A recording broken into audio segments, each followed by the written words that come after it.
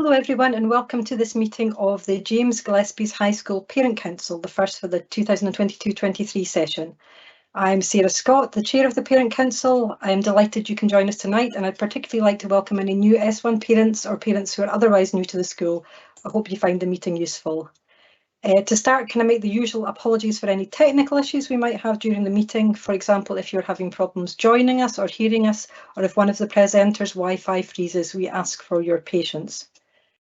We're back online for this PC meeting, which is now a familiar format after more than 2 years of online meetings. However, the Parent Council is planning to hold a mixture of online and in-person meetings this year, now that we are allowed to do so.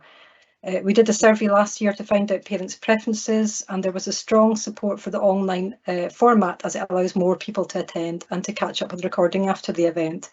However, it's not very interactive, and discussion and meeting other parents is one of the principal purposes of a PC meeting. So we hope that by having a mixture of meeting styles, we will be able to cover both those aspects. Just a few brief points before we start the meeting proper. We're using Microsoft Teams for the meeting because it's approved by Edinburgh Council. It means the only people who can be heard during the meeting are the presenters, and everyone else attending can write questions via the Q&A panel but can't be heard. The meeting is being recorded and it will be put online for those who can't make it this evening. So please don't share any personal information that shouldn't be shared publicly. We're aiming for the meeting to last a bit over an hour, though we have a lot of material to cover this evening, so we'll see how we go. As I mentioned, we can only take questions via the Q&A panel. Questions will be published for everyone to see by our parent moderators, so if you would like your question to say private, please say so when you type it in. And if you see a question on the Q&A panel that is similar to one that you want to ask, could you like that question rather than ask a repeat? And finally, can I also ask all questions and comments are expressed in an appropriately courteous way. Unlike online meetings last year, we are not going to be producing a written Q&A after the meeting. This seemed like a very important part of the process, particularly back at the height of the pandemic disruption, where a lot was changing and there are a lot of queries to deal with. However, we hope that this will be more of a normal school year without the last-minute changes and updates which have characterised a lot of what's happened over the last 2 years. So instead, we're going to focus on getting parents' questions in advance to incorporate into the meeting, and we got lots for this meeting, thank you, and answering any additional questions during the meeting where that is possible. So can I emphasise again that if someone has already asked something close to the question you want to raise, please like it. We will try to cover a variety of questions, but if at the end of the meeting your question has not been answered and you still need a response, please do follow that up by email to the school or to the Parent Council so we can deal with it after the meeting. So tonight we have 4 presenters. We have Mary McLennan, who was appointed as the new curriculum leader for performing arts at the end of term and who's going to give us an update on school events for this year and particularly on the Christmas concert. We'll be welcoming Elliot Ambrose, our Active Schools Coordinator, back to Parent Council to give an update on active school activities. Also back to Parent Council is Laura Stewart, Deputy Head in charge of the Darroch move, who will be giving us an update on progress there. And last but definitely not least, we have our new acting head teacher, Neil McCallum, here to give his first report as head teacher on the start of the school year. So welcome to everybody, but particularly welcome to Neil to the Parent Council. And the running order will be Mary McLennan, Elliot Ambrose, then Neil McCallum's head teacher's report, and then Laura Stewart's report on the Darroch refurbishment. And then there will be the Q&A. So bearing this in mind, and given how many questions we've already thrown in Neil's direction for his update, if you do have a question, it might be worth waiting to hear his update first in case the question is answered during that. However, before all that, I'd like to say a couple of things on behalf of the Parent Council itself. So firstly, I just want to explain quickly what the Parent Council is and what it does for anyone who is unfamiliar with it. There are Parent Councils for all Scottish schools at both primary and secondary, set up under legislation in 2006. As a Parent Council, and like all other Parent Councils, we are drawn from the whole group of parents and carers at the school, known as the Parent Forum.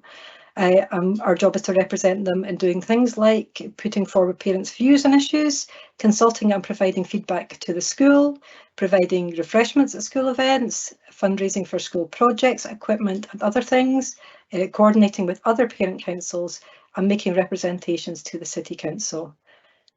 We circulated a wee note on the Parent Council on what we do with the link for this meeting. I hope it is useful as background and as reference. There is more information about our activities on our website, jghsparentcouncil.org, if you're interested in finding out more. Our AGM for 2022-23 will be held at our next meeting on Wednesday, 12th October, when the Parent Council itself and the office holders such as the Chair, the Treasurer and the Secretary and others are appointed for the year. This will be our first in-person meeting of the year, so please do come along to the school library to join the discussion and find out about what the PC does. If you're interested in becoming involved with the PC in any capacity, please get in touch. You can contact us by email at jghscouncilcoms@gmail.com or via our website or through the Parents tab on the school website. We really need parents to be involved. This is a big school, and the more people taking part, the more we can get done. We are just into the school year, so a lot of the activities I would normally report on haven't restarted yet, such as the regular meetings between the council and PC reps from Edinburgh schools.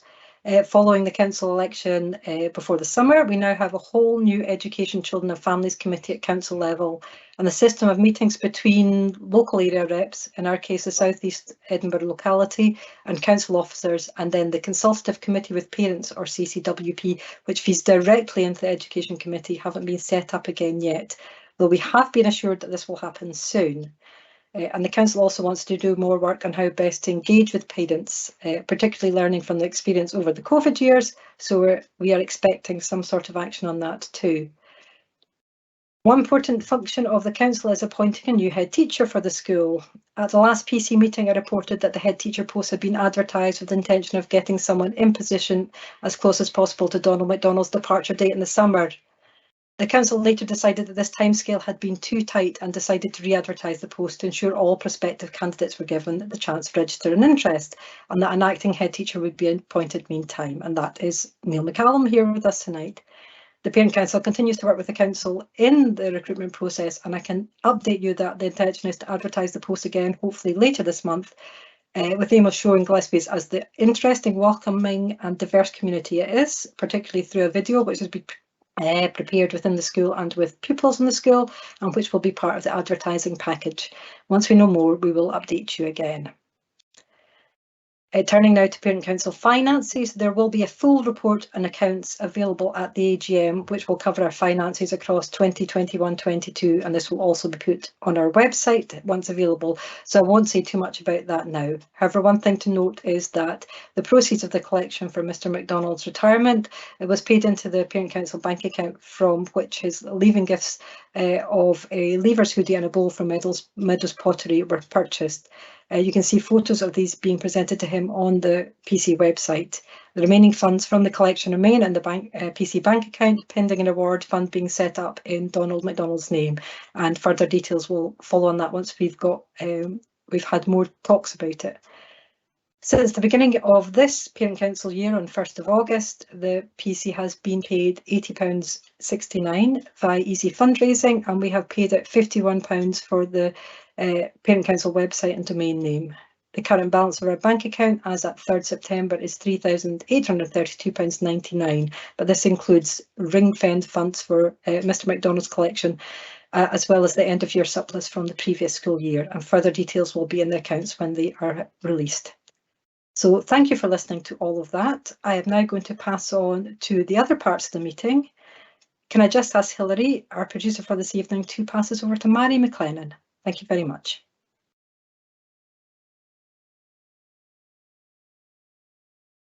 Hi there, it's Mary here. I just wanted to come along tonight and introduce myself. As Sarah said, I was appointed curriculum leader of performing arts at the end of last term, and so I've just been in the post a few weeks.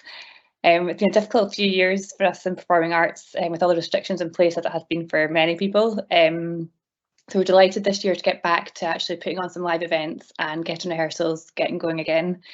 Next week we've got a rehearsal week, which we're kickstarting all the extracurricular groups, and then we're hoping to, we are going to have a Christmas concert on the 13th of December.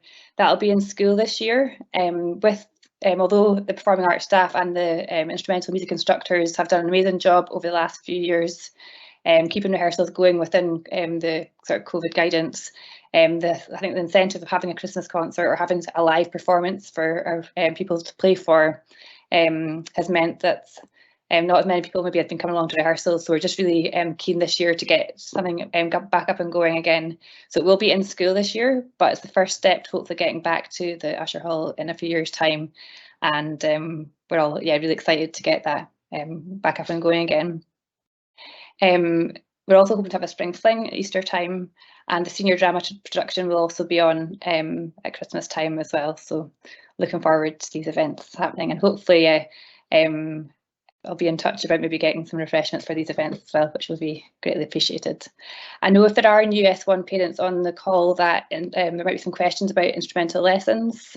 Pupils, this will be getting advertised in the next week to pupils. So we'll get information out to about that, and there'll be a letter going out to parents next week. And that's me finished, Hilary, thank you.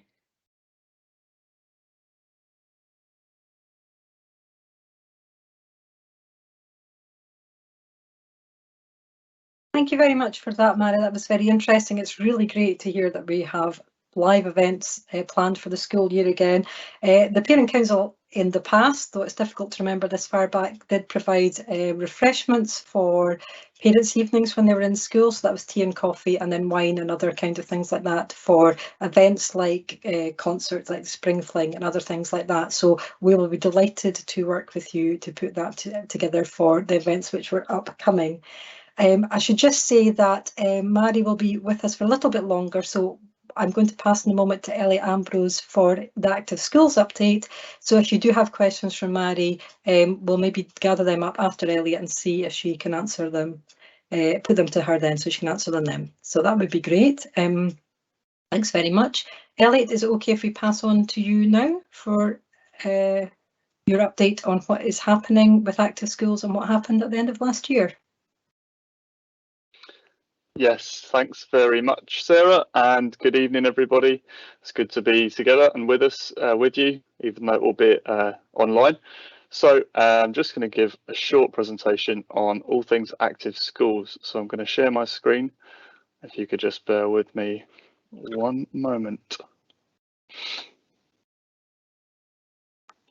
The delay is partly due to sleep deprivation because I've got a 4-week-old baby, so apologies for the delay. Oh, I think we're there. Okay. So hopefully everybody can see this. It's just going to be a 5-minute update from myself on finances last year and some changes to the donation system and communication this year. The programme, which is looking good, but volunteers are needed. And as you can see, that's in capitals, and that's for emphasis. This is something really important. I try and talk about it every time, but hopefully I'll talk about it in a slightly different way to previously, so that I'm not just singing the same old tune. So the good news, we broke even, and I really do hope that the cats are dancing on your screen as they are on mine. Rightly so. The programme costs a lot to put on, and it's a fantastic programme. And for those that maybe aren't aware, particularly new S1 parents, last year we moved to a donation system based on changes made by Sports Scotland and Active Schools, and there was an element of risk involved, but we wanted to maintain the excellent level of participation and competition that we enjoy here at Gillespie's, and it worked. So that's a real celebration to kickstart the evening. So just a quick report for you. The total expenditure, obviously there are a couple of things that are still to be settled in and out, but the total expenditure was in the region of £7,400, of which the biggest expense was on coaching fees. That's likely to rise again this year because we've lost a couple of volunteers. The second biggest expenditure was on competitions, referees, affiliation fees, all those sorts of things. And after that, it was transport, so buses and taxis and things like that to and from competitions. Finally, kit and equipment. And again, I would expect that figure to rise significantly in the coming year. everything ebbs and flows when it comes to kit and equipment and transport as well. Those two kind of things tend to ebb and flow quite a bit more than the others. But yeah, expecting that figure to be more than the 7,400 it was last year, expecting that to rise again this year. So just an update on the donations. First and foremost, thank you so much. We really are grateful for everyone's generosity, as ultimately the change worked, and I think that really speaks volumes for the school as a community. So it means we can run a program that is completely free to sign up with. So finance is not a barrier. Anyone can join for free. And we hope that those that are able to make a financial contribution do so, and that hopefully it all balances out in the end. Speaking of balance, there was a bit of an imbalance when I looked at the numbers. Found that the most donations were for the least amount, which for the least amount was £5. And to be honest, it might just be one of those things where you click on and you don't think to, you're just clicking through it, and it just, does the lowest amount or whatever. But again, looking at the way the program's going, ideally we'd like to see a bit more balance in terms of people that are able to donate, maybe donating a little above the minimum as and when they're able. Having said that, I realise we're in a cost of living crisis and all the rest of it, so don't want it to be like a pressure thing. I'm not trying to put pressure on folk. I'm just stating the facts. Also, there was a bit of confusion over whether this was an annual fee or a termly fee, and similarly with the sign-ups. So just to clarify, it's an annual fee. Ideally, you just pay once a year. It's easier for you. It's easier for us. Although if it's easier to split the cost termly, but ideally annual fee and annual sign-up. And I manage the sign-ups throughout the year, so even if you don't get in right at the start, there's a chance that your child could get in later in the term when people inevitably drop out. Yeah, on the donations again, we're looking for a suggested donation of between £30 and £50 annually. There's a £15 minimum donation now on the parent pay button, so that's up from £5. But again, this is not an obligation. This is an optional donation for those that can afford it. And we're really grateful for everything that is received. So just a few quick points on the Active Schools programme. We're having 36 sessions a week again this year. It tends to float between 35 and 40, depending on coaches' availability and facility availability and all that sort of thing. Bookings open this Thursday, the 8th of September. So the booklet will be circulated tomorrow, and I can only really apologise for the short time frame on the information coming out and the turnaround for bookings and things starting. As I mentioned, we had our first baby, which is wonderful, a few weeks ago, but with the time of the year, it's kind of truncated everything a bit. And all sessions start week commencing the 19th of September. Though the first, that Monday, is an in-service, I believe. Not an in-service, sorry, bank holiday. So there are a few gaps in the programme. We're really in need of some coaches, assistant coaches, and support organising netball. So that's Mondays and Thursdays. If you've got any interest in netball, or you know anyone who has an interest in netball, in fact, to be honest, even someone who's not necessarily interested in netball but is just willing to help out and come along, please do get in touch. Similarly, the football programme this year, we're relying more heavily on senior pupils because we don't have many parent volunteers, carer volunteers. So without parent carer supervision, Saturday fixtures won't be able to be played. So that's the point we've come to. Saturday fixtures are played predominantly down at Double Hedges, and because that's a public open space, we've had to take the decision that unless a parent or carer can be there to supervise the senior pupils coaching the team for their own kind of safety and support, we won't be able to play the Saturday fixtures. So again, yeah, football volunteers needed, and I'll talk more about that in a moment. I guess tonight I want to talk about volunteering from a different perspective, and I just want to reiterate that actually we lead by example here. This isn't me or the PE department kind of trying to guilt trip folk into being part of the programme. but actually it's part of our culture here at Gillespie's. It's part of the sporting culture, part of the PE culture. The PE guys, every single one of them give up time during the week over and above their contracted hours to lead sessions and to organise things. And that's something that's part of our culture, as I say. And I just want to give you a little example of how I'm anticipating this will look for myself this year. So as mentioned, leading by example, here are three numbers: 5, 100 and 5. And I'm going to explain what these numbers express using my own analogy. So here is Elliot. Elliot has a whistle because Elliot happens to be able to coach or referee basketball. So what Elliot's going to do this coming year in school, as a minimum, he's going to aim to give up 5 hours of his time. Now, that doesn't strike anybody as a great deal of time. That's probably maybe less than an hour a month over the course of the school year. So it's only 5 hours, not very much. But in that 5 hours of coaching or refereeing basketball, Elliot's going to save the school £100, and the £100 goes in the piggy bank. And what we can do with that £100 that's saved by volunteering is we can buy 5 lovely new basketball kits, or balls, or cones, or other things that we need for the program. And the result of that is the kids that attend, they get a better experience of the sport. They maybe get to compete in the school's colours and compete for trophies and all that kind of stuff.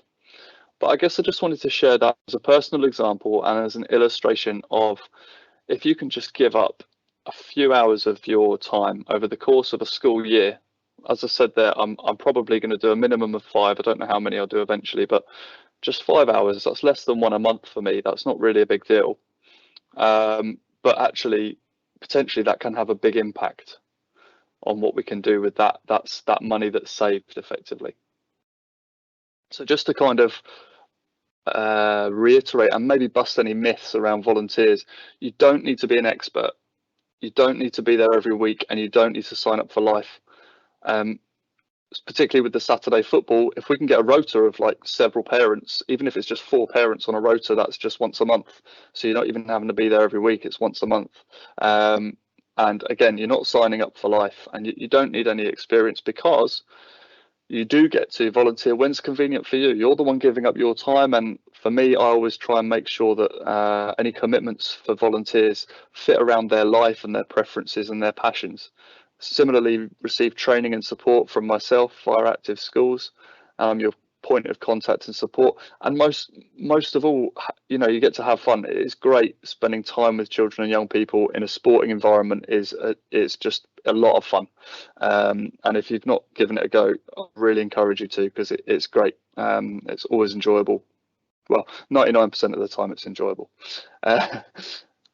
So if none of that worked, here's a cute cat saying, possibly could you volunteer? Please. That would be meowsic to my ears. So I hope you've all enjoyed my dad jokes there. I'm practicing. And if you have any questions, please do leave them in the chat, and I'll try and answer them as best I can at the end.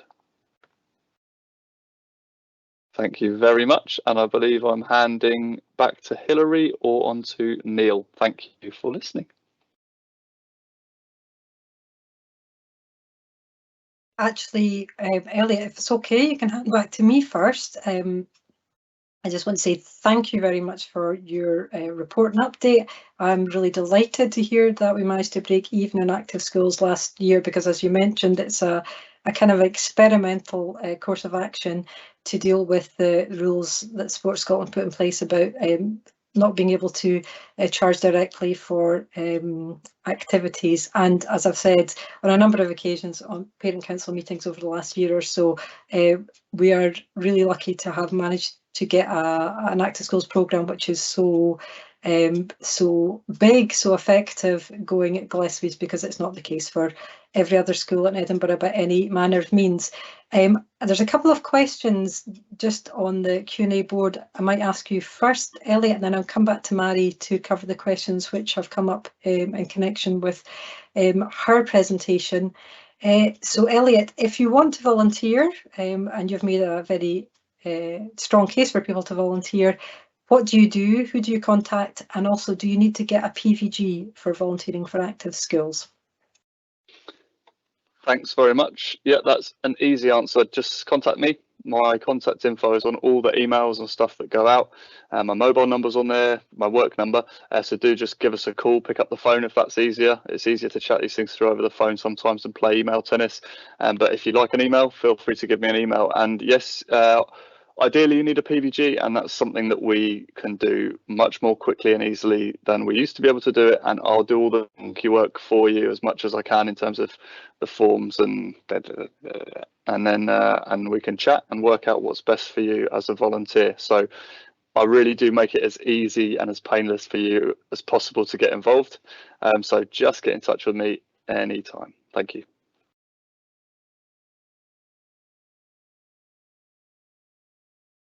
Thank you, Elliot. And just going back to a couple of questions that were raised for Mary in the Q&A, and which have been answered there, but just so that everybody is able to hear them. Mary, can I just check with you? So in terms of the Christmas concert, which you said is going to be 13th of December, what is, I see you've answered in the Q&A board that there'll be two concerts, one at 5:30, one at 7:30, and they'll last an hour each. Do you know what the capacity at the school is for, I presume it's in the theatre, or for those two concerts? And the other question was about people signing up for orchestra and for instruments. Thanks. Yeah, the question about the capacity in the theatre, we did discuss it at length as a department, what route we were going to go down, and we decided to have it in school. The capacity of the theatre is about 270, so with that twice over, should give us over enough space for over 500 over that two events. And we did look at external venues as well, but there's still a bit of a hangover from COVID of these venues getting booked, and actually around Christmas time it was just so busy that we didn't actually manage to, there wasn't anywhere that was going to be suitable.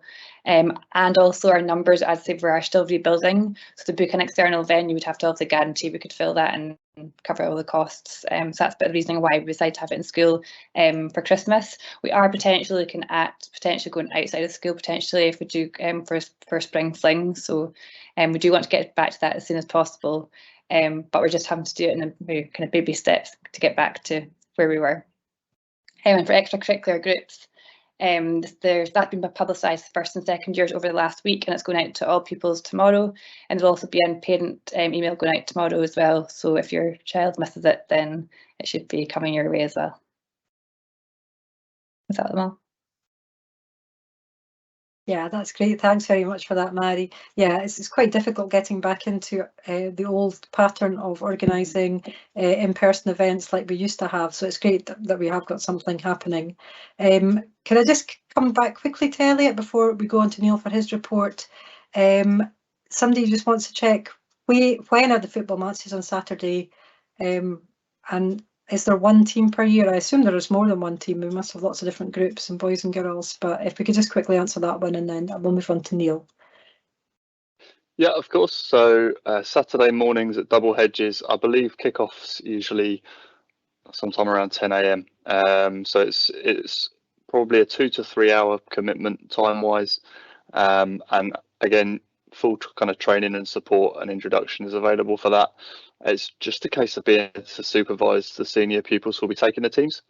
And the other question, there's a team for each year group, and then S5 and 6 is like a combined team. So we've got effectively 5 teams, that's for boys anyway, and the girls team is organised by Mr. Carstairs, and they tend to enter festivals. They don't yet have weekly fixtures in the same way as the boys do, but they have girls football festivals which we take them along to, and they do really well at. The girls team were stunning last year, absolutely phenomenal. Got to a final. I think won one of the other ones. So yeah, superb. I think I answered the question. Yeah, thanks. That's great, Elliot. And can I just check, when is it on Thursday that the booking opens? Do you know off the top of your head for active schools activities? Yes, it's a website, and the website refreshes overnight. So that sounds like a cagey answer, but it's because people basically queue up at midnight to try and get their kids logged in, and then you end up with a long waiting list and lots of emails of people that haven't got in. So that's me being perfectly sort of transparent. It refreshes at midnight, so do with that what you will. Great, thanks very much for that. Thanks for presenting, Elliot, tonight, and thank you, Mary, as well, for letting us know about the activities in your department. Could I pass on now to Neil McCallum, who I'm delighted to have here at his first Parent Council meeting as acting head teacher. He's probably been at Parent Council meetings at Gillespie before, as he used to work here. He was a deputy head. So can I just pass on to you, Neil, just now? Thanks. That's great. Thank you, Sarah. Thank you very much for a very warm welcome, and thanks for everybody's support as I've come into Gillespie's as the acting head teacher. As Sarah said, I was the deputy head teacher in the school for 6 years until I was successfully taking up my post at Balerno High School, where I've been since August 2016. So it's been lovely to come back and actually get the experience of being in the new building, because I was based at Darroch for the last 3 years of my time at James Gillespie, so I didn't really get the opportunity. It's been reminded over the last couple of weeks with the young people returning after the summer break, what an amazing school James Gillespie's High School is. So many amazing young people, fantastic staff, and certainly continuing to celebrate that diversity that exists. So thank you for the warm welcome, and I feel very privileged to be here this evening and to be back in the role as head teacher at James Gillespie's High School. And I'll certainly be working as hard as I possibly can in my time with you to ensure that we continue to take the school forward and to make it the best place for our young people and as a school community in the coming weeks and months. So as Sarah said, I'm here this evening to give you my head teacher's update. Sarah has shared with me some questions that have come in, so I've tried to incorporate that into the update to give you as much information as possible to let you know what's going on in the school and where we're at in terms of how we're trying to take aspects forwards. Apologies if there's a wee bit of overlap. I was expecting to go before Elliot and Mary, so I'll curtail those bits a little bit, as you've already had a lot of information, and I don't have any exciting pictures of pussycats like Elliot had. So I'll start off with our staffing update. I know Donald will have updated you prior to the summer that they've done a lot of interviewing and a lot of appointing. So we have the 20 new teaching staff, along with about 10 support staff who've started with us on the 15th of August. We still, unfortunately, have some vacancies to fill. Part of that is due to people withdrawing over the course of the summer, having accepted the post. We've then tried to go to the next person in the list, but unfortunately, they've then been successful in gaining a full-time permanent position at another school. So we have been going through the process of advertising those jobs again. So we currently have vacancies in chemistry, biology, maths and music. And they have been processed. The authority have changed that process now, so that has taken a little bit longer than we would have hoped for or expected. But they have been processed now and should be appearing for advert, and we will fill those positions with the best possible candidates as quickly as we can. In the meantime, there's been a lot of work going on in the background, both from the timetable team and working with our curriculum leaders to try and ensure that classes are covered by subject specialists. And also our business manager, Laura Black, has been working hard to try and source supply teachers for these subject areas to try and ensure that young people have, again, a specialist where that's not possible.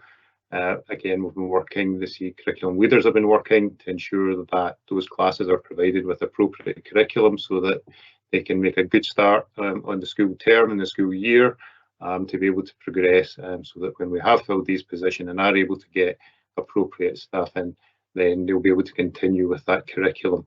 So I totally appreciate that it's far from ideal, certainly not the situation I would like to start any term with. And we absolutely appreciate the patience and understanding of the parents and carers as we look to fill these vacancies, and we will, as I say, keep you updated through the Friday update that I'm continuing to ensure that you're aware of what's happening there.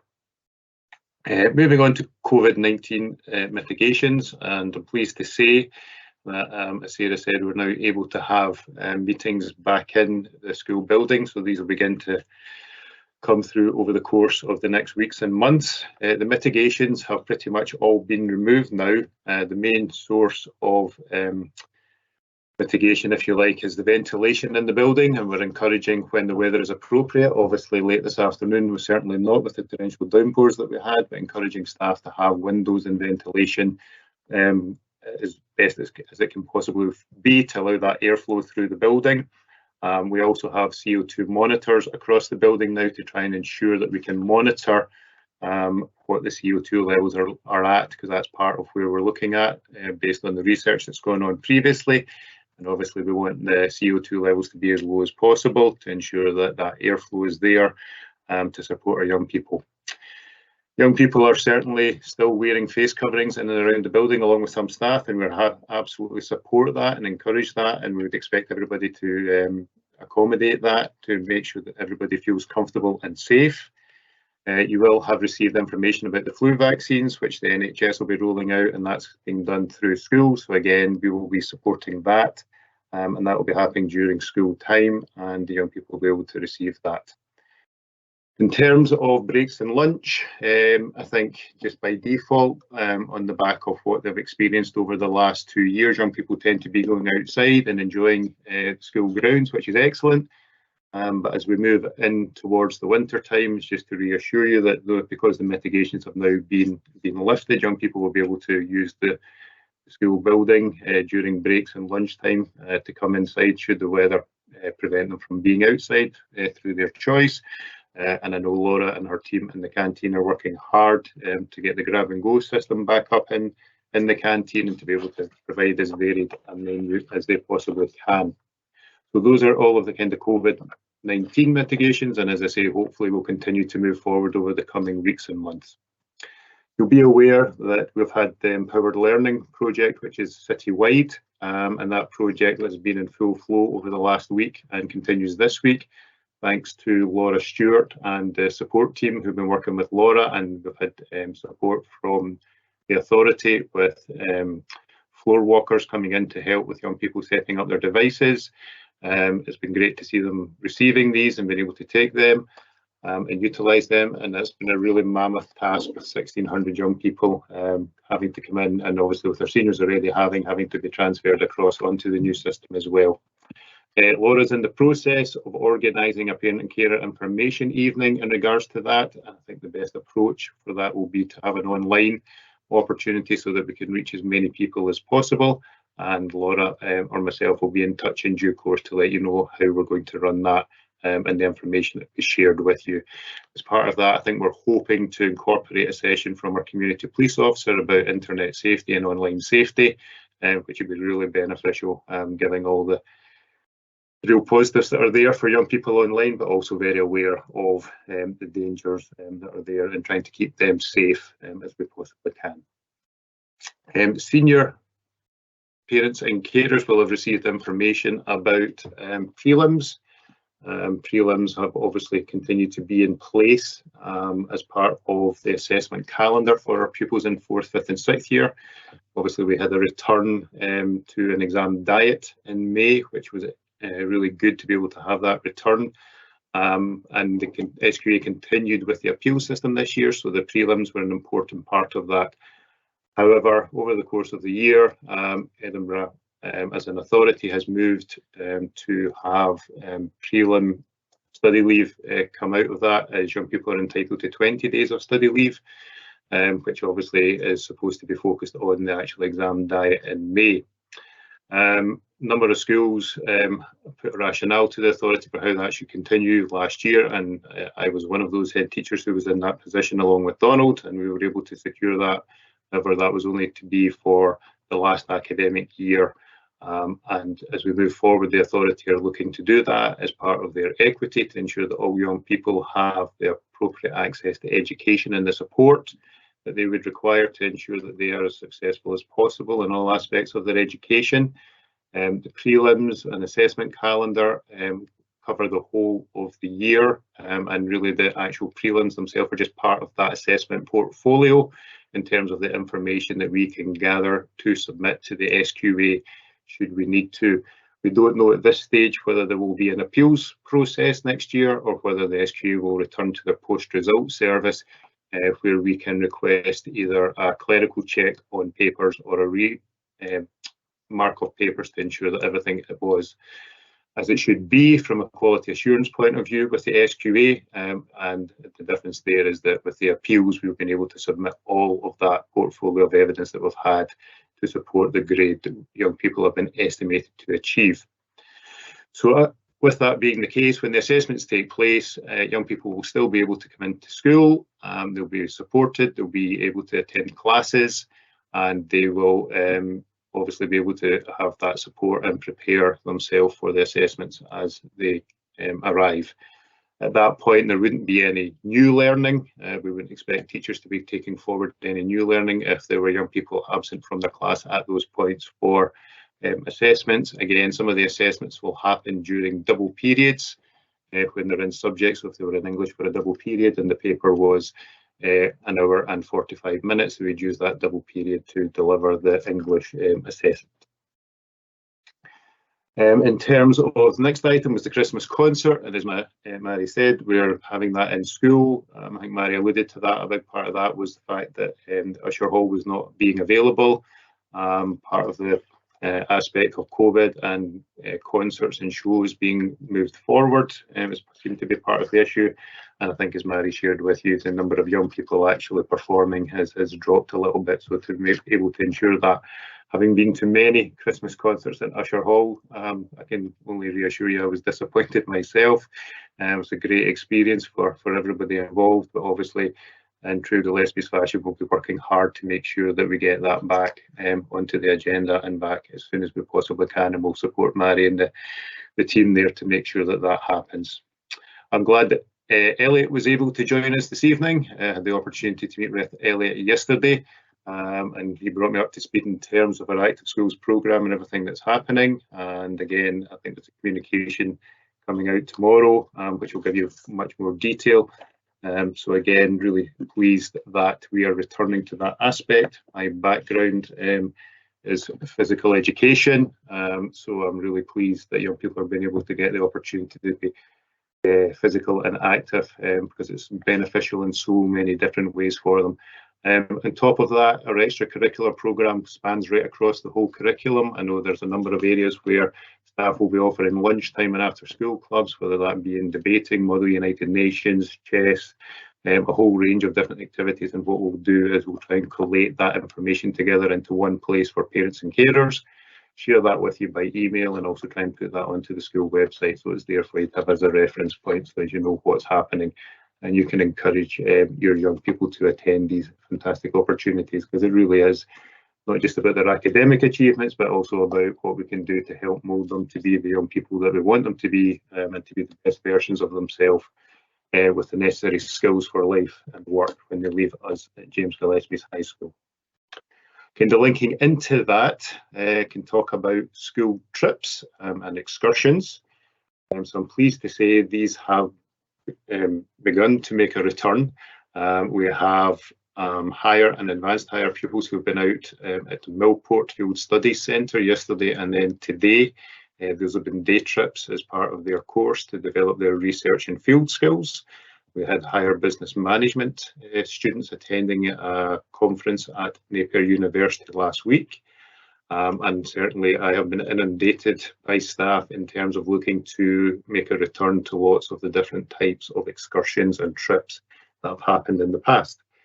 So part of this process will be very gradual. There are 4 different categories of trip. Category 1 and 2 are things that tend to happen during the school day, are fairly routine, will likely happen within the city boundaries, don't have any adventurous activity or anything associated with them. And as the excursion coordinator for the school, I'm very pleased to look at that with the staff, do the appropriate risk assessments, make sure we have everything in place, and then authorise those excursions to happen.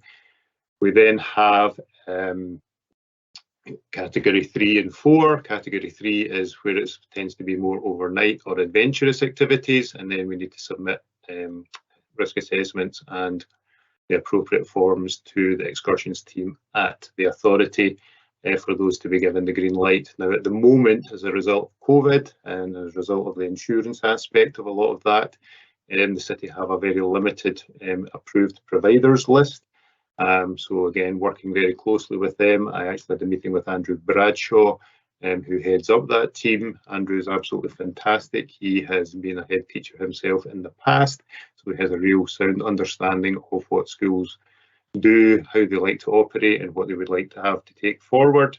So speaking to Andrew last week, we were speaking about the potential S1 residential and returning to the centre in Dumfries, which is not on the approved providers list, but Andrew has met with Lisa Shearer, who leads that excursion, to be able to progress that to make sure that that can happen. In terms of the foreign trips, and again, we'd like to make these as equitable as possible and make sure that every young person has the opportunity to access these. And the big hurdle here at the moment around these is actually in terms of the insurance and having the appropriate insurance in place so that nobody is left with a heavy burden should the trip have to be cancelled for a reason that the insurance would not cover. So the authority are trying to make sure that they have the insurance policies in place to make that happen. And as soon as we have the green light, then we will absolutely be looking to take that forward. And I know a lot of staff are already doing work in the background, trying to ensure all the paperwork is completed and beginning to put everything in place so that as soon as we have those opportunities, we're able to get those out to our young people and able to give them those opportunities. We're also looking about other opportunities that we can maybe offer, which may be activities out of school as appropriate for the different year groups, because we're very aware that a lot of the year groups will have not had opportunities. So again, if you can bear with us while we investigate and look at different opportunities that might be available, either locally or, as I say, slightly further afield as they become appropriate, and we will share them with you. But we're very aware of what every young person has missed as a result of the last 2 years, and we'll be doing what we can to take that forward. Going on a slightly different tangent, one of the questions that Sarah shared with me was in and around school uniform. Obviously, I'm in as the interim head teacher and obviously look to keep taking the school forwards and listening to the school community. I know there was a major consultation undertaken about 5 or 6 years ago by one of our colleagues, which involved the whole school community and even the wider community into our cluster primary schools, I think down to primary 5, 6 and 7, including those young people and parents and carers to get a real sound understanding of how we should progress. At that point, there was a status quo in terms of moving forwards, and I totally understand concerns that some parents have in terms of their young people getting ready for the morning if it's not a school uniform. Having worked in James Gillespie's for, as I say, about 13 years, very aware of that. Having worked in Balerno for the last 6 years where there is a school uniform, we still have lots of issues with the dress code and aspects of that with young people in their uniform as well. So I know that might limit and reduce the aspects that young people will have to concern themselves with in the morning. But they still seem to find a way of making that some kind of fashion statement, if it's fair to say that.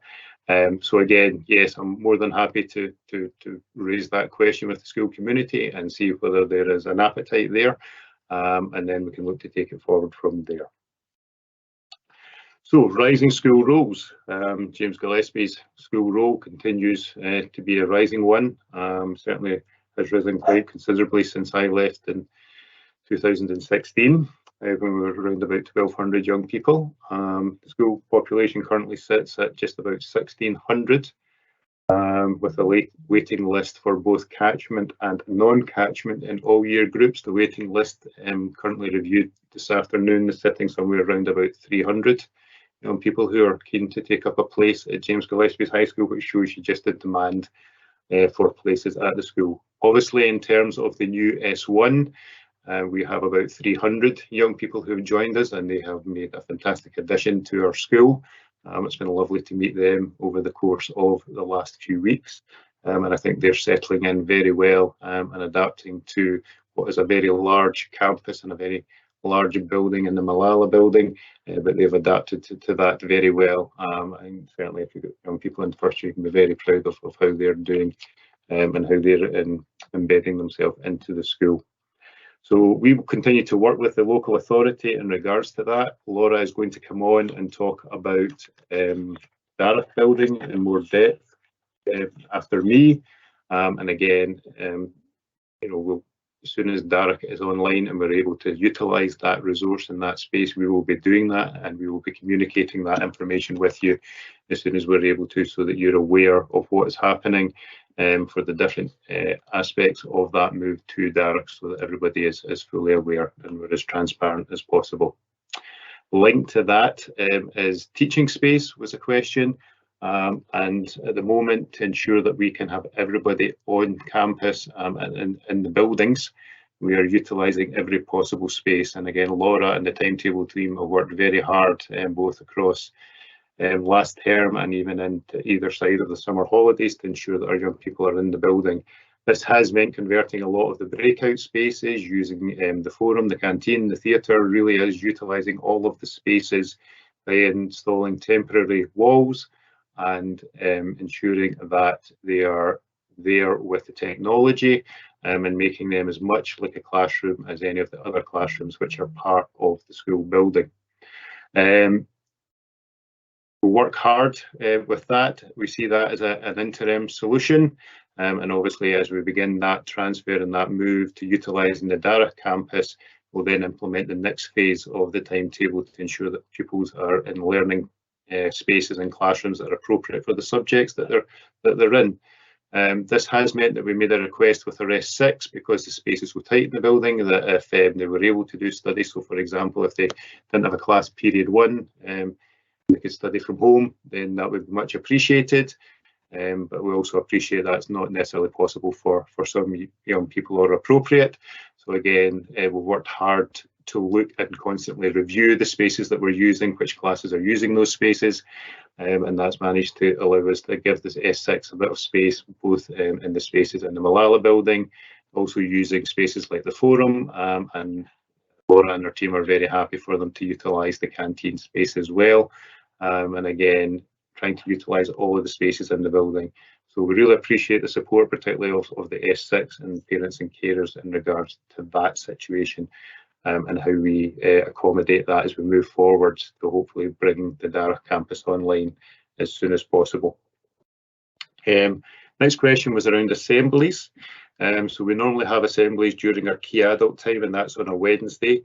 However, given the situation in June and the need for pupils to receive information when they started back on the 17th of August, we used presentations to support our young people. We utilised all of our senior team to be out supporting our new S1 to ensure that they were meeting up with their S6 buddies, they were receiving their timetables, everybody was ensured that they were ready for the learning and teaching. And again, because of the utilisation of all of the spaces, it's made it very challenging, other than to be able to share that information online. However, we are, as a part of that process over the last couple of weeks, we now have some spaces in the theatre, so I'm pleased to say we're going to have assemblies starting tomorrow. We have assemblies in the theatre tomorrow morning, and then we're going to have an assembly on Friday with S1s about the S1 residential, and we've also managed to develop the online approach with assemblies as well during key adult time, and that will kick in from tomorrow. So again, certainly not ideal. It's not how I would like to have started my first day on the campus. I would ideally have liked to have assemblies with every single year group.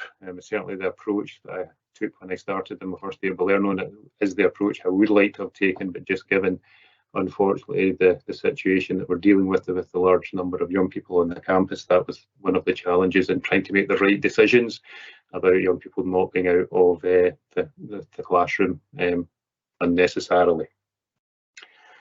Next question relates to emails and about school communication policy. The school communication policy can be accessed on the school website, and I'll share that in my Friday update this week.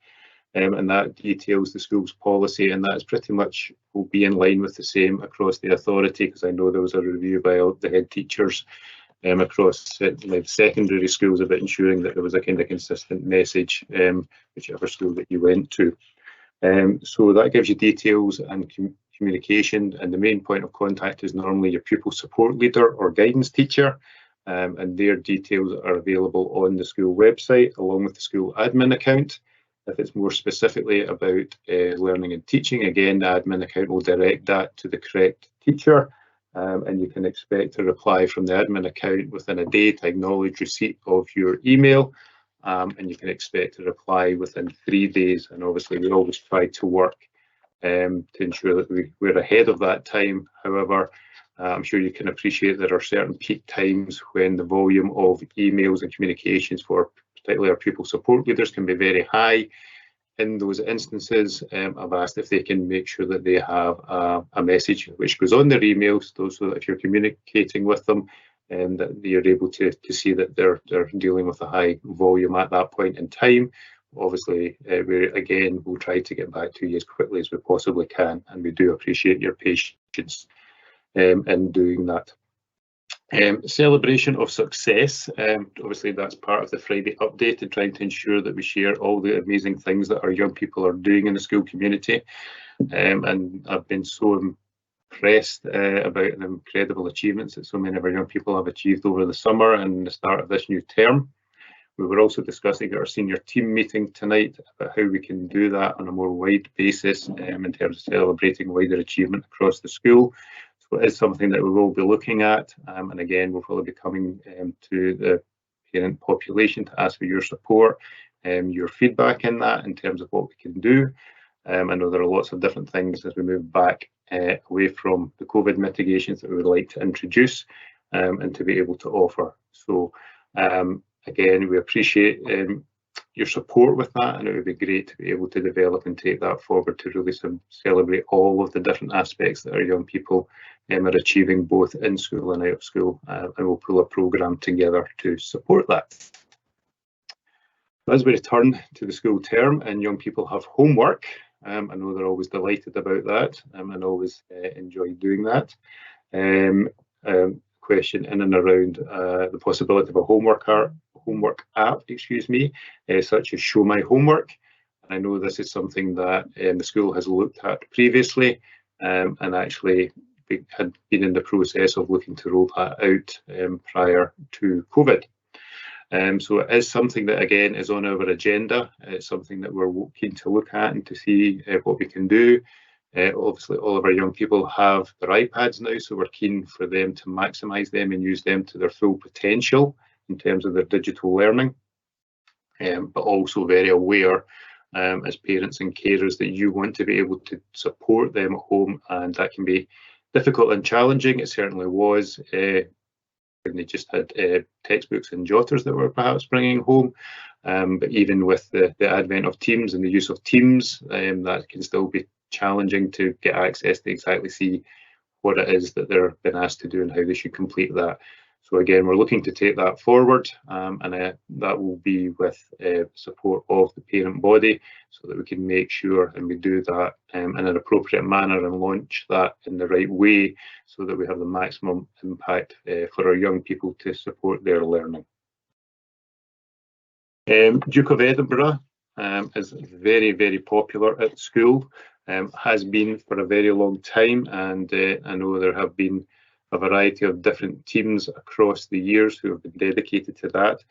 Part of the question was in and around the cost of DOV. The information I've been able to source is that the approximate costs at bronze level is about £180, silver is about £480, and gold is £580.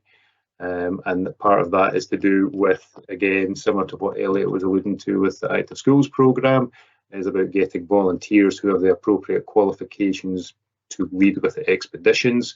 And there are so many young people, I think, when Mrs. Campbell ran the intro session last week, she had about 200 third years turn up. Now, you know, that's almost, you know, the majority of the year group looking to do something, and we totally understand why they would want to do that. It's a fantastic award. It's a fantastic experience to be part of. And also they've not had those opportunities in the last few years. So again, we're always trying to build that team in that pool. There is engagement with a company called My Adventure, and I know a number of schools across the authority use My Adventure to support their Duke of Edinburgh programmes. Again, I know we've used them in the past at Balerno High School, particularly for the gold aspect of the Duke of Edinburgh, where young people have the opportunity to either do a hike. They can do it by kayak or they can do it by bike, and obviously I know from experience that a lot of young people choose to do that by kayak, which obviously then needs certain levels of instruction, and that has an impact with the cost as well. So again, we're always looking to try and build that resource and the number of young people that will have access to those opportunities. Finally, from me, our SQA results. It was very pleasing to be able to come in to the school and see the results, and I'm just really going to give you some headlines tonight. I spoke to Sarah about the possibility of myself and Bob Shankland, who is our SQA coordinator, coming along possibly to the Parent Council in November to give a breakdown and kind of give an overview of how our young people have performed and achieved, but lots of positives. And if we really use a comparison with 2019, as that's the last year we had an almost like-for-like situation, given the processes that the SQA had us implement over the last 2 years. In National 5 qualifications, we saw an increase all levels of young people achieving. So there was an increase of about 21% of young people achieving A's, an increase of about 24% of young people achieving B's, and about 15% of young people achieving C's, comparison with 2019. So that's very pleasing. At higher results, we saw an increase of young people, about 17% achieving A's, 11% who were achieving B's, and 9% who were achieving C's. So again, really positive, particularly for young people who are thinking about going on into higher and further education, who need those levels of qualifications to be successful, particularly if they're going on to courses in one sitting. So really pleased and delighted for the young people to have done so well. And finally, in terms of the improvements at advanced higher, are the results. A's were up by about 11%, B's by 16%, and C's by 16%. So it was positive to see that. By the end of S4, the number of young people who had achieved 5 qualifications at level 3 was 82%. Those who had achieved 5 qualifications at level 4 was 81%. And those who achieved 5 at level 5 was 74%, with a lot of young people doing better than that. Some young people, and again, we'll share more information on the next presentation, achieving 9 A's at National 5 or 8 A's at National 5, so really quite outstanding.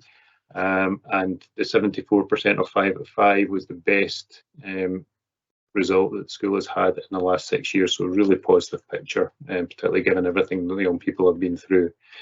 By the end of S5, we had 78% of our young people achieving 1 at level 6, so that's a higher level course, 61% with 3 at level 6, and 44% who were achieving 5 at level 6, and there were a number of young people who achieved 5 A's in their hires. So again, really positive picture. And then finally in S6, there were 88% of our young people in S6 who left us with at least 1 qualification at level 6, 71% with 3 at level 6, 57% of them with 5 at level 6, and 51% of them who left with at least 1 qualification at advanced higher level or better. And as I say, on top of that, there were a number of young people who achieved 3 or 4 advanced hires at A level, so again, at advanced higher level, sorry.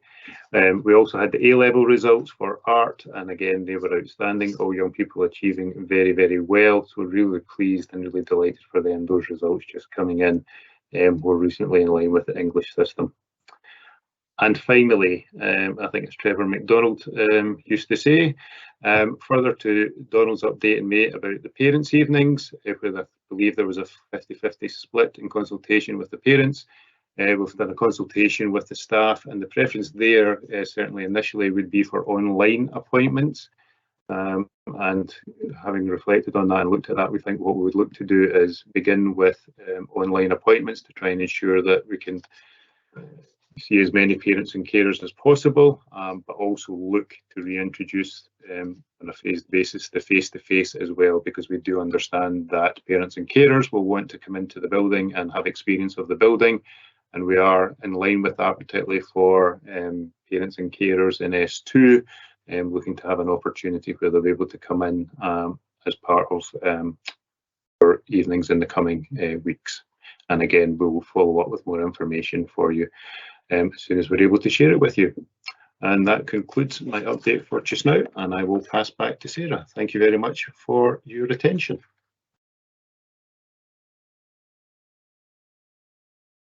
Thank you very much, Neil, for that quite lengthy report and update. And thank you for covering the questions which we sent on to you already.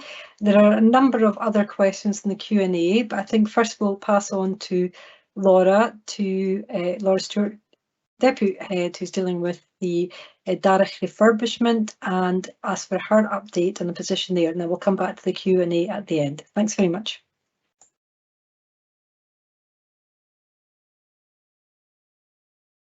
Okay, good evening, everyone. I'm going to share a quick presentation because it's got some photos on it, which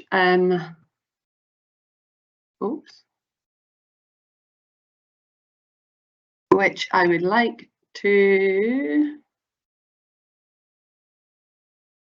show. Oh, here we go. I have a black screen at the moment, but I'm assuming it's uploading. Sarah, can you just see? Yeah, we can see the slides, but it's not in show mode at the moment. It's within your. You can see the slides. I cannot see the slides anymore. I'm going to come out of that and try again. Share. Oh, here we go. Can you see this? Not yet.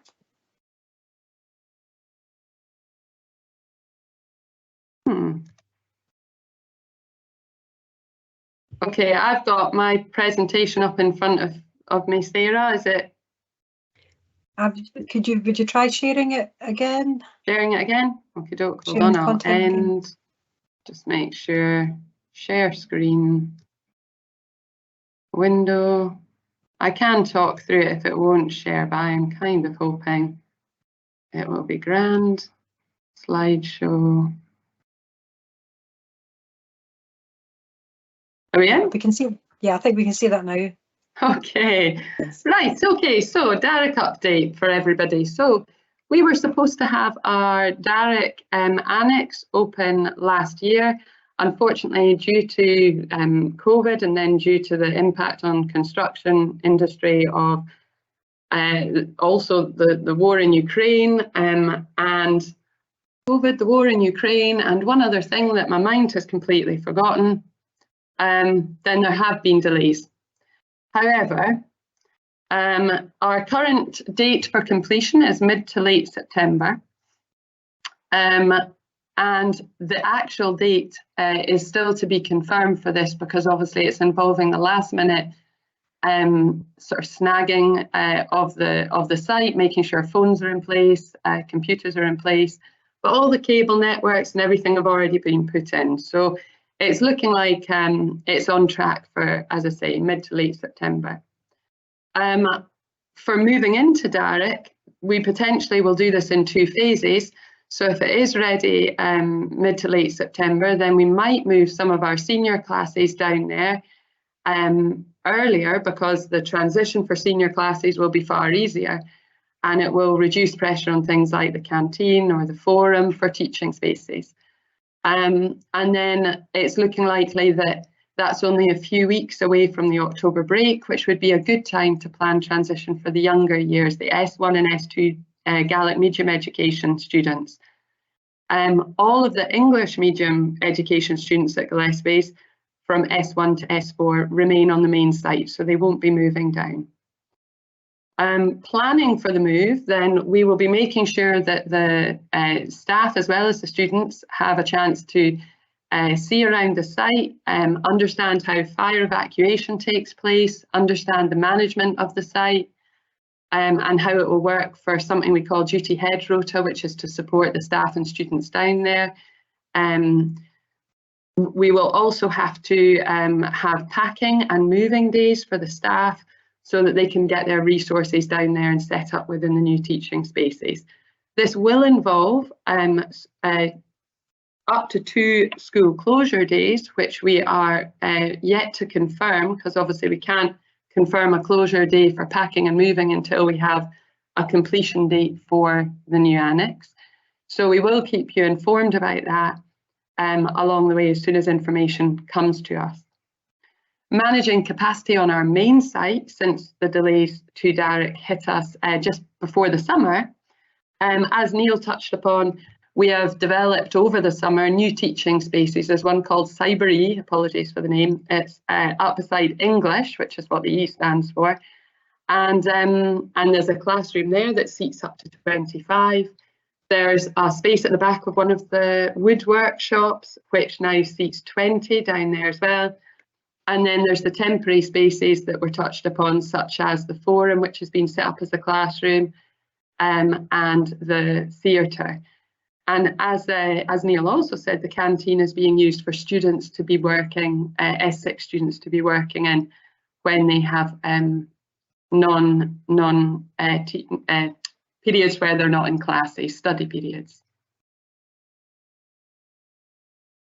A little sneak peek at what Darroch is like at the moment. Now, I took these photos a few weeks ago, and so obviously things are a little bit further ahead now, but some of the classrooms, you can see there's teaching walls, there's clever touch boards, which are the much more modern version to smart boards, which is what we currently use. They have computers inbuilt within them as well. They slide up and down, so that's obviously set at quite a low level, but it slides up. And the other bits that you can see in the next photo, which I'll put up in a wee second, show you that some of the classrooms are carpeted and some of them have vinyl flooring depending on the use of each room. 2 of the rooms have blackout blinds, so they can be used for some of the science lessons or art and media lessons that involve full blackout. And as you can see on the next slide, on the left image, the thing at the top left is one of the large ventilation units. They're in every single room, and they, even though the rooms have incredibly high ceilings and are very large and airy anyway, the ventilation units are put in to continually refresh the air in each room, which is a new guideline in schools to help with student concentration and so on. You've also got the wall panels, the hexagons on one side and the funny sort of hill shapes on the other side. These are soundproofing panels, which are put up on the walls to help reduce any echo. There are also soundproofing panels on the ceilings where they're slightly lowered. The picture on the right has got tables which are on wheels and fold away. It's one of the massive big art rooms on the first floor, and it means you can really clear that space to the sides and use it in a variety of different ways, for example, drama or breakout space for different things. So it's really designed in a very flexible way for usage over the years. This picture, you can see a little bit more of the boxes still to be unpacked. The floor is still to be finished in this one. It's got a special bounce floor, and this is for a dance studio, which has also got table tennis and fitness, and it's been set up, as I say, with a floor with an element of padding to it.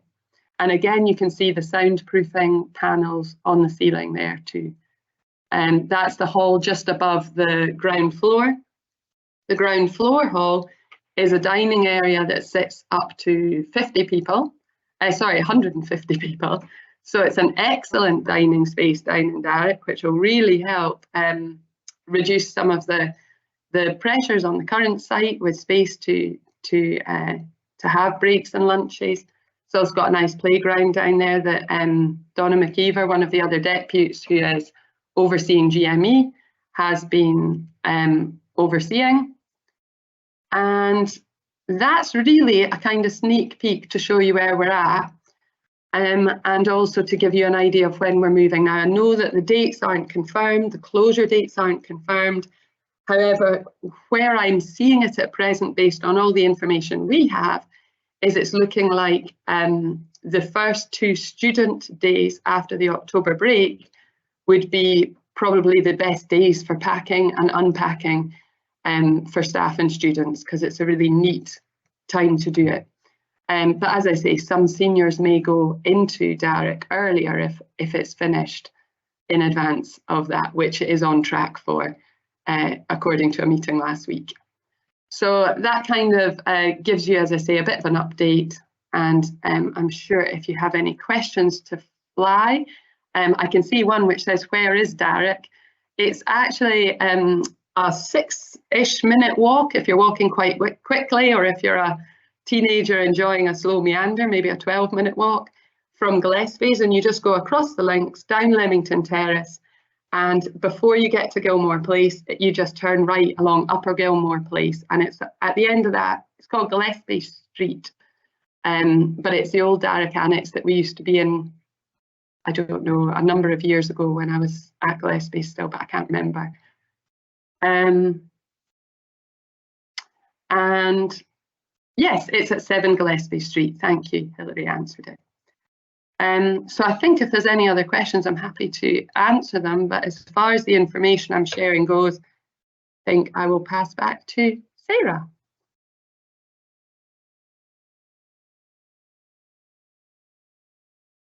Thank you very much for that, Laura.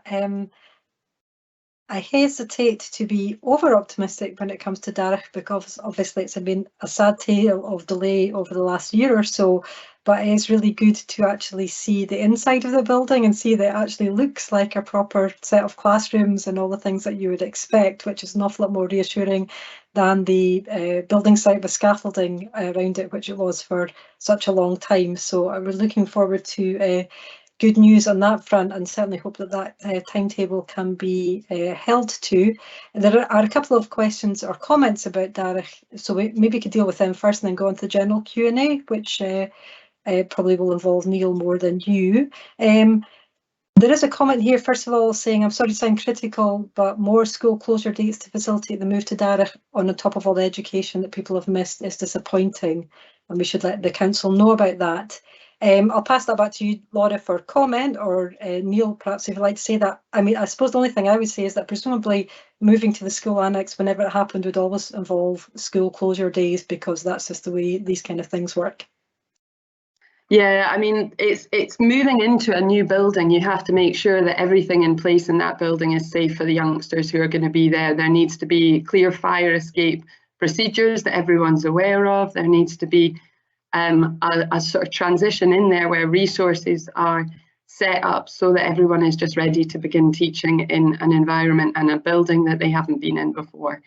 I appreciate that what we will be doing is trying as hard as possible to minimise that time. Normally, when we've moved into Darroch or moved into our new building that's on our current site, we've had 3 days school closure, and we know that that's something we just don't want to be putting forward on this move. So reducing it down to 2 at present is certainly you know, a step in the right direction to minimise it.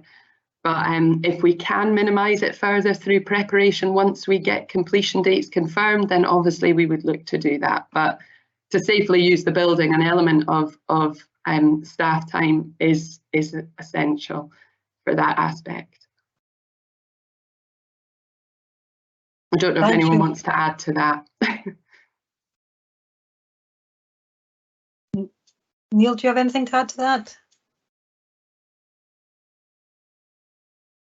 No, I would just echo what Laura said. I totally understand why people would find that disappointing, given everything we've been through in the last couple of years, but having been through this process before, and moving into that additional building, we really do want to make sure that that learning environment is absolutely as it should be for our young people, and to make sure that everything is ready to ensure that that takes place. So we will all obviously continue to have those conversations with the authority, and to make sure that we put appropriate plans in place to continue to support our young people with their learning as well. Thanks, Sarah. Thank you, Neil. Just to go back to Darroch quickly, I think there are a few questions about who's actually going to use it, so maybe a good opportunity just to clarify what the space will be used for, which pupils will be going in there, and how that will work, just quickly. Okay, so the building will be used for our S1 and S2 Gaelic medium education students. So those who are being taught through the medium of Gaelic will be the ones who move down in S1, S2. They won't do all their subjects in Darroch, but they will do a number of their subjects in Darroch. Some of their subjects will still be at the main site due to specific facilities such as FHT, Food and Health Technology, cookery, certain aspects of the PE curriculum. So they're the ones in the junior school moving, and Donna McKeever, who is the deputy head teacher for Gaelic medium education, has been working with those parents and will continue to help with that transition and with the students who are very excited to go down. They were hoping, I mean, they're desperate to be there already, as they were when they first arrived. And the other pupils who will be using the building this year are S5 and 6. We call it overflow, so it's ones where we're tight on space on the main site. So some of the senior school students will have double periods down there for various subjects, such as occasionally an English class will have a double period down there. But the movement will be over breaks and lunch, just as it was when we last used Darroch, which actually pupils responded really positively to. And so the students who are going to be down there already know that they're going to be down there. Because when we found out there was a delay to Darroch, we brought them all back up and displaced them within our main campus. But they were actually prepared to go down there in August until obviously we were made aware of the delay. And no third and fourth years will be down there this year. And so I think that's the who. Was there any other bit, Sarah? That was the main thing, I think. I think somebody's asking about the S1s to S4s not using the Darroch, apart from obviously the GME S1s and S2s. There are quite a few questions, and we've already had the meeting running for about 1 hour and 20 minutes. So I propose that we have either say 10 minutes, 10 to 15 minutes of trying to cover a range of questions, particularly those that have garnered the most likes, or obviously of most interest to the audience. We'll go back to Neil, I think, for most of these answers. Could you consider the Q&A board closed now? Perhaps we could put a notice up to that effect, just so we don't end up with lots of extra questions which we know we're just not going to get to at this point. And could I just re-emphasise that if there is an issue of concern to you which is not answered during this meeting, please bring it back to the Parent Council or to the school after the meeting, and we will deal with it then. So, Neil, if you're ready, I'll maybe just try run through a few things, amalgamating some of the questions that have come up. One of them, just for clarification about spaces for S6 study when they are not being taught within the school. Could you just clarify what's the position if you've got an S6 who's had to come into school and then has a couple of free periods? Is there space for them to study somewhere? Yeah, so the spaces should be available, and I'll speak with Laura tomorrow morning to make sure that we can absolutely make sure we communicate that with the S6, so they're absolutely sure. So as I say, there is the canteen, which is actually a lovely space in the Sparks building, is available for them to be able to use. It's actually very quiet now that Laura's not in there doing the Empowered project and distributing iPads. And they can also use the forum. We've had to use the forum for, I think it's 4 periods across the school week. But other than that, again, that's a space which is kitted out as a classroom. So again, is accessible for them to be able to access. And then there are some additional spaces around the building. But again, I will speak with Laura and we'll make sure we get that communicated to the S6 so they're absolutely clear on where is available for them. Thank you very much, Neil. There have been a few comments about Duke of Edinburgh following on from what you said in your update. One of them was about cost. I wonder if you'd be able to clarify what the position is if you're looking at the cost of Duke of Edinburgh and your child would like to participate, but you can't participate because of the costs involved. Can the school support that at all? What is in place for people in that position? Yeah, absolutely. Obviously understand that particularly as you go through them, if you do all bronze, silver and gold, which I know a lot of young people will want to do, it has become very cost heavy. I've had to change devices, I'm afraid, but I did see in the Q&A that was quite a few people saying about the cost and how prohibitive that would be. I totally understand that. Yes, as a school, I know from a conversation with the Duke of Edinburgh team this morning that any young person who is on free school meals, for example, automatically would have a reduced price for that, and we would be keen to support that. And likewise, if anybody would have a financial barrier, we would want to support that, because we would want to make sure that every young person has the ability to access that.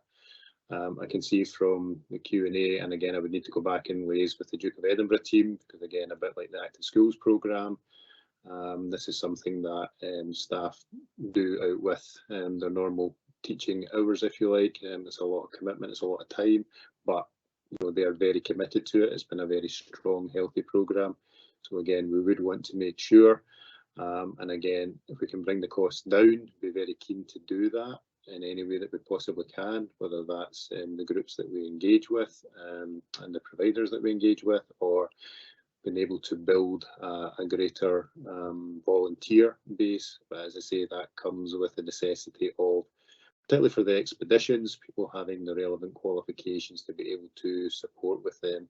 It was certainly much easier when I did the Duke of Edinburgh back in the 80s, that you went off and did your expedition and you met the teacher before you camped overnight. Things are very, very different now in terms of the health and safety, the risk assessment and everything that we need to do, which is as it should be. So I think to make sure that all of those are in place, I think, and my understanding is that is part of the reason why we have to, where there is an engagement with My Adventure, because there's not enough people with the qualifications to support aspects of that. But obviously keen to grow and develop that, and as I say, it is a very, very healthy programme that exists at the school at present. Thank you, Neil.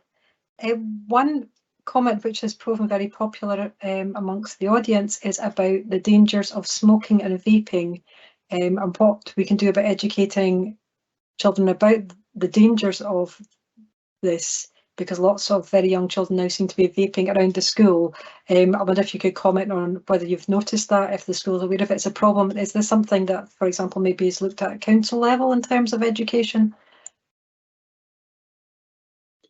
Yeah, I think it's a societal problem at the moment. I know it's a topic of conversation amongst head teachers across the city.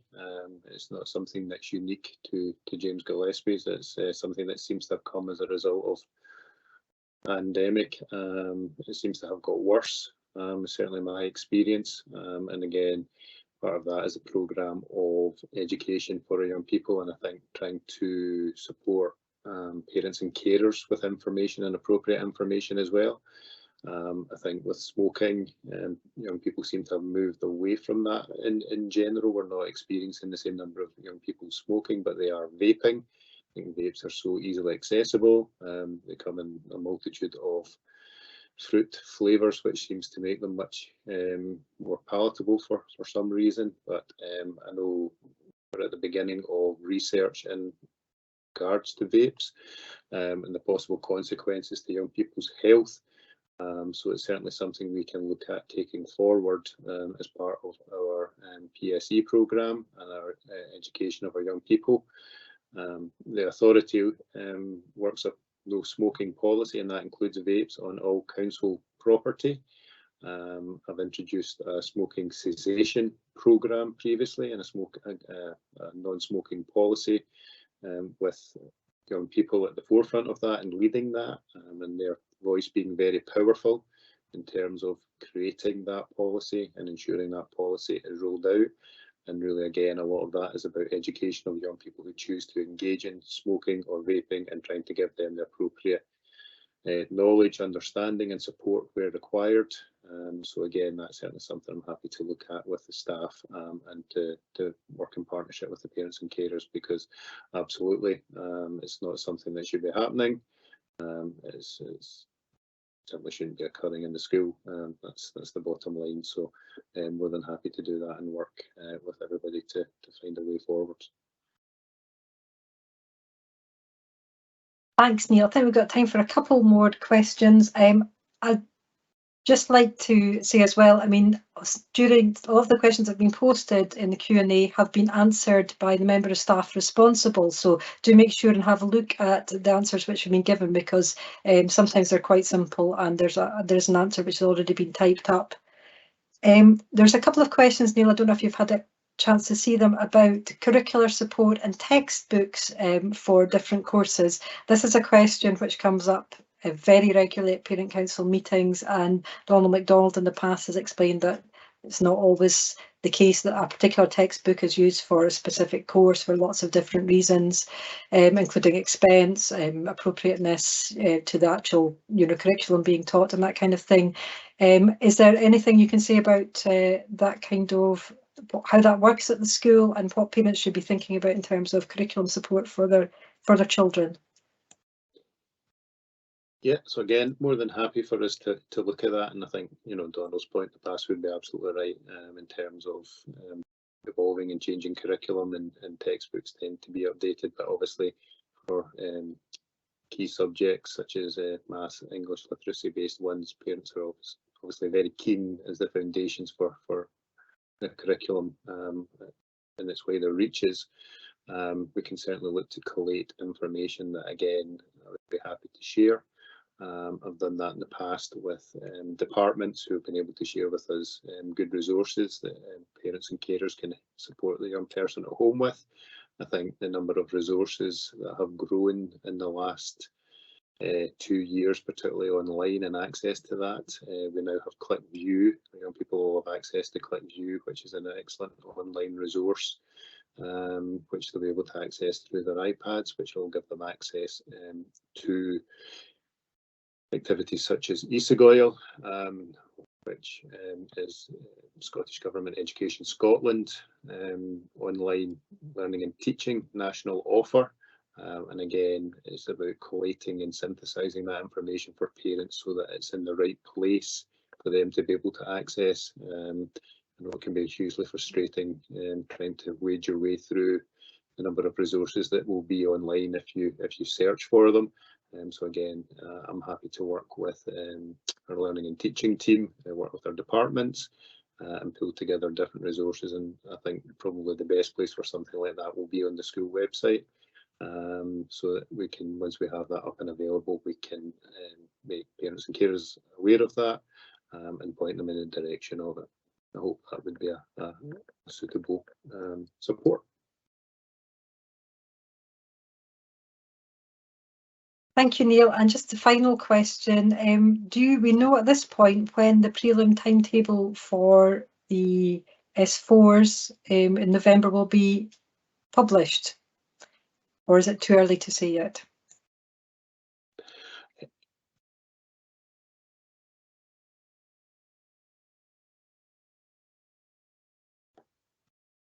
Can you hear me?